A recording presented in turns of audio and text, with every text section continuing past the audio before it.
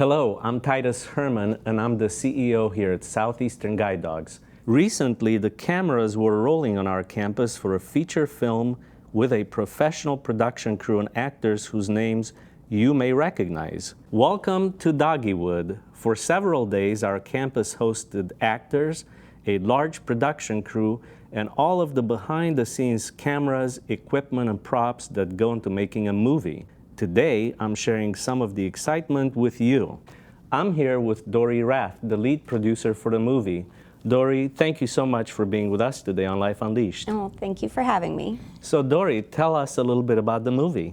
Well, the movie was written and directed by Castile Landon, who is a local actress, writer, director.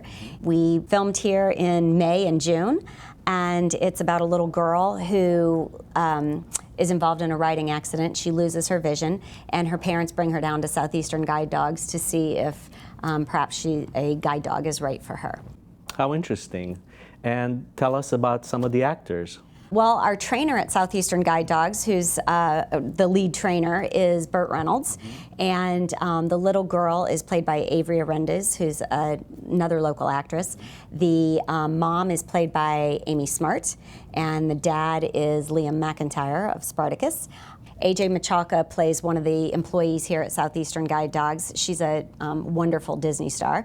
And Jack Griffo, a Nickelodeon star, plays an intern here who's, and the two of them are both visually impaired. I see. So what was it like working with stars like Burt Reynolds? Well, Burt is absolutely adorable. He's so sweet, and he's very generous of himself. He's very generous with his other actors. He surprised us and showed up with this Smokey and the Bandit Trans Ams, which we were all geeked out about. So it was wonderful. He was delightful to work with. So a lot of actors playing Southeastern Guide Dogs employees, and of course a lot of the filming was done right here on campus. Why Southeastern Guide Dogs? Right. Well, I actually grew up in this area, and when I was a little girl, I used to come to Southeastern when it was a big, wide open, 35-acre pasture, basically, Yes. with one or two buildings. And I was just so moved by what this facility does and its mission. And there's a whole world here that I think that people need to see. We came and did a lot of interviews with some of your staff and some of your clients, and we were just so moved that we just knew this was the story. So we actually altered the story to be a little bit more about the culture here at Southeastern because we found that fascinating. How wonderful. And what was it like to work here on campus, and particularly with some of our staff and dogs? Well, I can tell you, we were blown away by the welcome we got. We are very cognizant of the fact that when we bring in a huge crew and equipment and trucks, it's very disruptive to a business. And Southeastern went so far out of their way, and your people went so far out of their way to accommodate us that it was incredible. You know, they warn you never work with children and animals. And all of our films, we kind of specialize in animals, but your dogs were the best behaved actors. Every one of them hit their marks. Every one of them hit their cues. They're wonderful. And of course, here at Southeastern Guide Dogs, we train extraordinary dogs, but one of the stars in the movie is not a dog. Tell us about that. That is true. She is a miniature horse named Apple. And in the movie, the little girl is not quite ready maturity-wise for the responsibility of a guide dog. So the trainer actually trains a miniature horse to be a guide companion for her, where she can start to practice some of the behaviors and kind of come to terms with where she is before she jumps into having a guide dog of her own.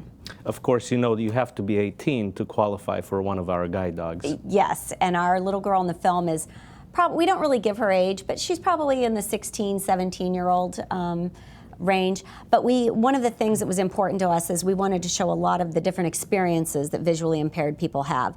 So we have 3 teens in the movie, and all 3 of them have kind of a different experience with losing their vision, and they lose it to different levels. But what's important in the movie is that it's really about their life as people. They deal with the same things that other kids deal with, problems with their parents, problems with the kids interacting with each other, hurting each other's feelings when they don't mean to. you expect this to be a very emotional story, right? It is very emotional, and I mean, it's reality for these kids. Her experience and a lot of what she went through transition-wise, we got from speaking to other people here at Southeastern. So it's very authentic, but it's still very uplifting because she's learning how not just to survive a visual impairment, but how to thrive. You know, we've learned so much from this as well. We had no idea how many crew members, how much equipment was involved in making a movie like this. Speaking of which, who do you think will be interested in watching this movie? Well, I think it's a great movie for families. It's one thing as a parent to tell your child, you know, you should be grateful, you should appreciate what you have.